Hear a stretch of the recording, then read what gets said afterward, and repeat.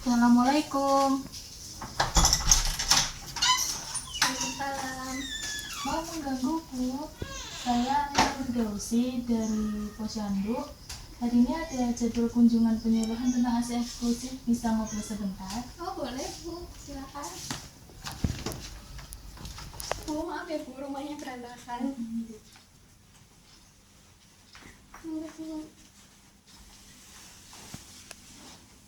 Senang bisa berkunjung Ibu. Bagaimana kabar si kecil? Alhamdulillah si kecil sehat anak saya. Tapi karena ASI saya keluarnya sedikit, jadi saya kasih si kecil susu sama ini teh, terus juga dikasih makan pisang yang halus karena si kecil akhir-akhir ini rewel. Saya senang Ibu perhatian dengan tumbuh kembang si kecil. Tapi pemberian teh, susu formula, sama pisang itu seharusnya nggak boleh Ibu. Nah, saya di sini dari Posyandu langsung mau mengedukasi Ibu tentang ASI eksklusif. Nah, apa ada yang ingin ditanyakan dahulu Ibu sebelum saya mulai penyuluhannya? Belum ada. Baik.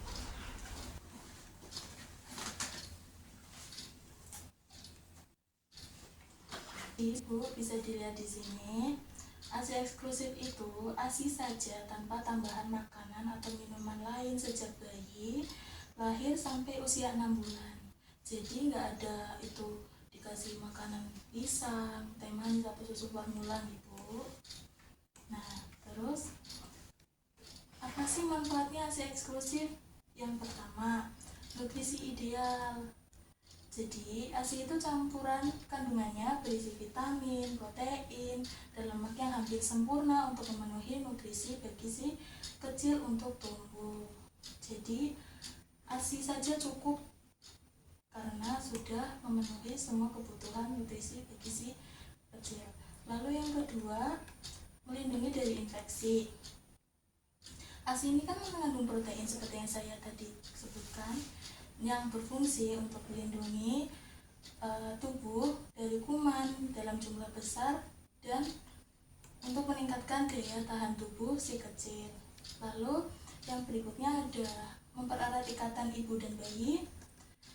Nah, bayi yang sedang menyusu, kulit si kecil dengan kulit ibu kan menempel. Si kecil mendengar detak jantung ibu, jadi dia merasa nyaman dan aman, dan itu akan mempererat hubungan ibu dan si kecil. Lalu yang selanjutnya, mendukung tumbuh kembang si anak. Jadi dengan kandungan yang lengkap itu dapat meningkatkan daya tahan tubuh seperti yang tadi saya jelaskan, juga meningkatkan kecerdasan anak, tinggi badan yang ideal dan berat badan ideal. Jadi yang terakhir, menyusui juga dapat mencegah kematian mendadak atau SIDS, dan juga dapat menurunkan risiko diabetes, obesitas, dan kanker tertentu. Berarti manfaat ASI itu banyak ya Bu, tapi saya takut karena kan anak saya itu rewel, takutnya kayak kelaparan, jadi saya kasih makannya pisang, minum teh biar dianya anteng. Iya Bu, ternyata nggak boleh, dan tangisan bayi itu nggak semestinya tentang dia lapar. Ada banyak alasan tentang dia, kenapa dia menangis. Jadi saya mau bahas nih mitos yang beredar di masyarakat tentang ASI dan faktanya itu apa. Yang pertama, mitos 1, bayi sering menangis berarti kurang ASI.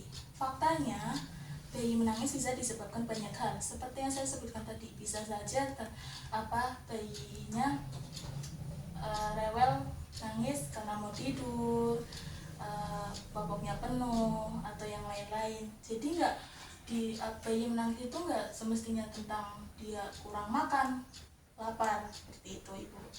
Lalu yang mitos 2, ASI saya sedikit, bayi saya pasti kurang ASI. Nah, faktanya nih Bu, produksi ASI biasanya menyesuaikan dengan kebutuhan bayi.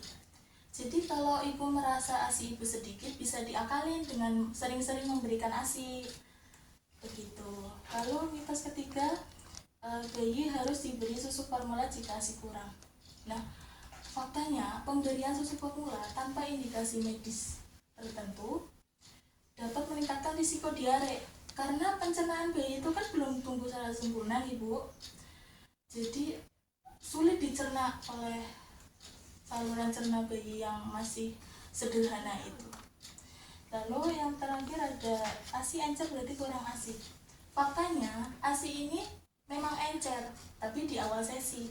Jadi di awal sesi menyusui, ASI memang encer karena mengandung air. Nah, di akhir sesi itu lebih kental karena mengandung lemak. Jadi dibiasakan menyusuinya lebih lama biar dapat dua-duanya loh Bu. Begitu. Jadi ada yang mau ditanyakan Bu?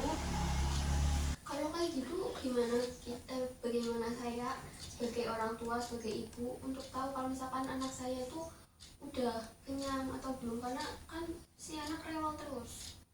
Nah, materi selanjutnya ini nih Bu, untuk menjawab pertanyaan Ibu, tanda-tanda ASI cukup. Yang pertama, cara tahu si bayi kenyang itu bayi langsung tertidur karena ASI memicu produksi hormon endorfin. Lalu yang selanjutnya, bayi paling sedikit menyusui 10 kali dalam 24 jam. Dan bayi akan melepas sendiri mulutnya dari payudara ibu ketika menyusui. Lalu setelah menyusui, payudara ibu akan terasa lebih lembek karena ASINya kan sudah dikeluarkan oleh si bayi. Lalu berat badan naik dari 500 gram sampai 1 kilogram per bulan pada 3 bulan pertama. Nah, anak ibu ini udah naik berapa kilo nih Bu dalam 3 bulan ini? Ibu, saya lupa. Nanti saya coba cek aja ya. Ya, cek berkala Ibu biar tahu tumbuh kembang si anak. Lalu yang selanjutnya,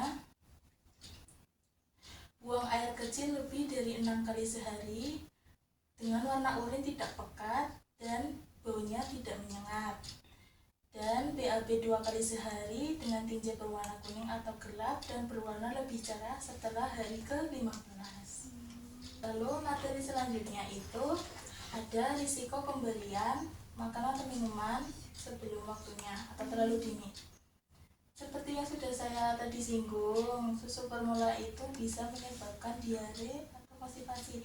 Juga makan seperti pisang tadi atau teh juga bisa menyebabkan diare, bagi saluran cerna, konstipasi, perut kembung, risiko obesitas, risiko alergi, dan batuk, pilek, demam lebih sering daripada bayi seusianya. Hal ini dikarenakan karena sistem pencernaan bayi masih belum terbentuk sempurna, seperti yang saya tadi bilang Ibu, sehingga makanan atau minuman selain ASI akan sulit tercerna. Dari resiko makanan minuman selain ASI kan tadi banyak ya Bu. Kebetulan ASI saya kan keluarnya sedikit. Untuk memperlancar terus si ASINya itu banyak, itu gimana? Kalau misalkan saya minum jamu atau sebagainya itu gimana? Boleh nggak? Ya. Boleh Ibu, tapi dengan bahan-bahan yang alami seperti yang saya akan jelaskan ini. Ada daun kapuk, daun kelor, daun pepaya, buah pepaya, kacang-kacangan, kedelai, kacang merah, ini kacang-kacang. Jadi ini bisa diolah Ibu jadi air rebusan, direbus, airnya diminum, atau kalau enggak di sayur, itu paling enak ya. Kalau daun pepaya bisa diurap atau jadi lalapan, dan kacang-kacangan ini bisa susu kedelai, bisa. Kenapa sih bahan-bahan ini bisa memperlancar ASI? Karena bahan-bahan tersebut itu mengandung lactagogum yang dapat menjadi salah satu cara untuk meningkatkan produksi ASI dan menjadi strategi untuk meningkatkan efektivitas pemberian ASI eksklusif. Begitu Ibu. Sampai sini ada yang ingin ditanyakan? Oh, berarti kalau misalkan ini diolah buat kayak urap sama sambal itu boleh ya Bu?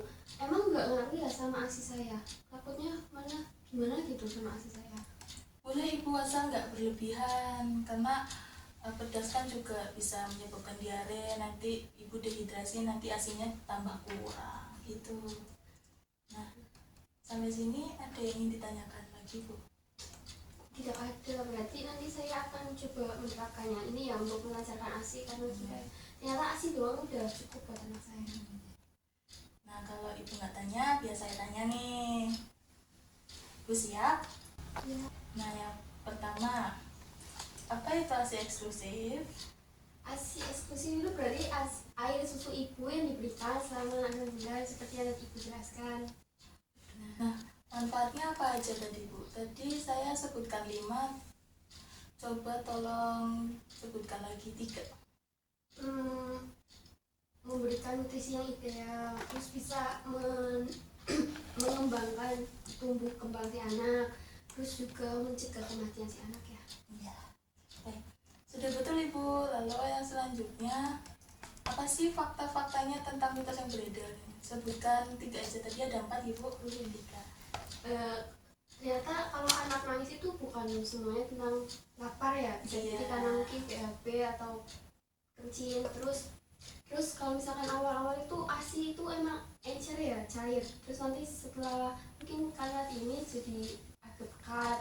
Terus yang ketiga itu kalau misalkan kita sering menyusui berarti sama dengan ASI-nya itu udah cukup ya.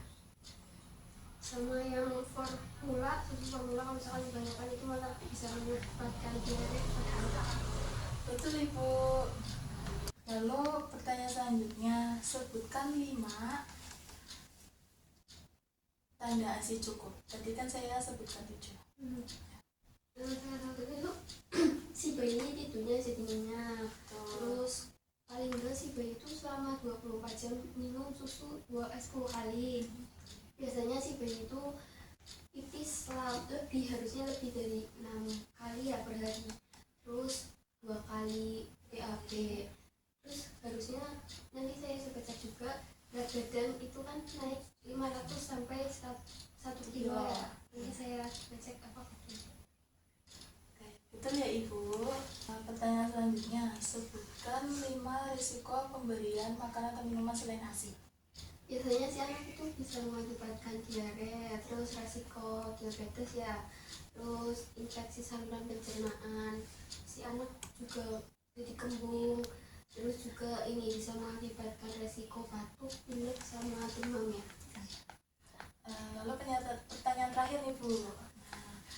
Sebutkan makanan atau bahan-bahan alami yang tadi saya sebutkan untuk memperlancar ASI. Ada daun kelor, daun katuk, terus daun pepaya, buah pepaya, sama kacang-kacangan ya. Iya, betul Ibu. Terima kasih ya Bu, saya jadi punya pengetahuan baru. Saya juga agak menyesal kemarin salah memberikan makanan sama minuman ke anak saya. Sama-sama Ibu. Ibu hebat. Ibu mau berjuang dan belajar demi si anak. Jangan dikasih susu formula teh sama pisang lagi gitu. Lanjutkan ASI eksklusifnya sampai 6 bulan dan juga terapkan tadi tips-tips asupan pelancar ASI. Nah, Ibu, saya punya oleh-oleh buat Ibu. Ini namanya leaflet. Jadi di sini udah lengkap materi yang saya tadi sebutkan di sini, tapi versi ringkasnya. Jadi Ibu bisa lihat kapan aja. Ibu bisa lihat. Jadi Ibu bisa ingat apa aja isinya tadi. Baik. Terima kasih Bu. Iya, sama-sama Ibu. Terima kasih juga. Saya izin pamit pulang dulu.